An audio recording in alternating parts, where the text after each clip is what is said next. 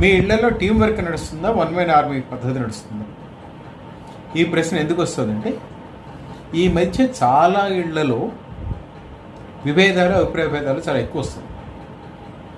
యూజువల్గా ఒక పద్ధతి ఏమిటంటే, అంటే ఇంతకు ముందు కుటుంబాలు మేబీ ఒక 30-40 ఏళ్ల క్రితం వరకు కుటుంబంలో ఇంటి పెద్ద సహజంగానే చాలా ఎక్కువ భాగం మగాళ్ళు ఉండేవారు. దాంట్లో జెండర్ పరంగా మగవాడికి ఆధిపత్యం ఉండేది, మగాళ్ళు వాళ్ళు చెప్పేది మాత్రమే ఇంట్లో నుంచి. ఇంట్లో ఒక పద్ధతి ఒకళ్ళు డిసైడ్ చేస్తే అట్లాగే ఇల్లు వెళ్ళేది. ఇప్పుడు ఆ పద్ధతులు మారిపోయాయి. దానికి కారణాలు చాలా ఉండొచ్చు. ఎవరికి నచ్చిన కారణాలు వాళ్ళకు ఉంటాయి. ఒకటి, ఆర్థికంగా ఇదివరకు కుటుంబంలో ఒకళ్ళే సంపాదించేవారు, ఇప్పుడు అట్లా కాదు, అందరూ సంపాదిస్తారు. ఆర్థికంగా అందరికీ వెసులుబాటు వచ్చింది. రెండోది, ఎవరి ఉద్యోగ పరిమితులు, ఎవరి ఉద్యోగ రిక్వైర్మెంట్స్ వాళ్ళు తద్భిన్నంగా కూడా, తదనుగుణంగా కూడా అన్నీ మారుతున్నాయి. ఇది రెండోది.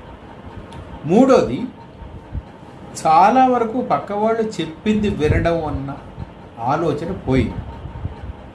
ఎవరికి తోచింది వాళ్ళు చేసుకోవడం. This is what I will do. నీకు నచ్చితే నచ్చినట్టు, నచ్చకపోతే మానే, but will behave like this only అనే పద్ధతి పెరిగింది.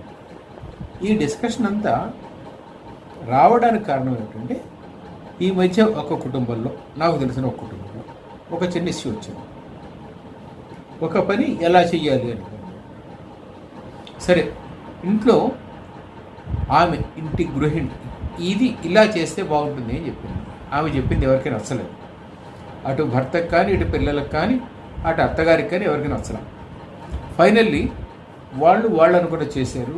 The result is something different. అంటే దీంట్లో ఏమైందంటే, అత్తగారు ఒకలా అనుకుంది, ఆవిడ ఒకలా చేసే ప్రయత్నం చేసింది, కొడుకు ఒకలా అనుకున్నాడు, పిల్లలు ఒకలా అనుకున్నారు. Finally it has ended know where.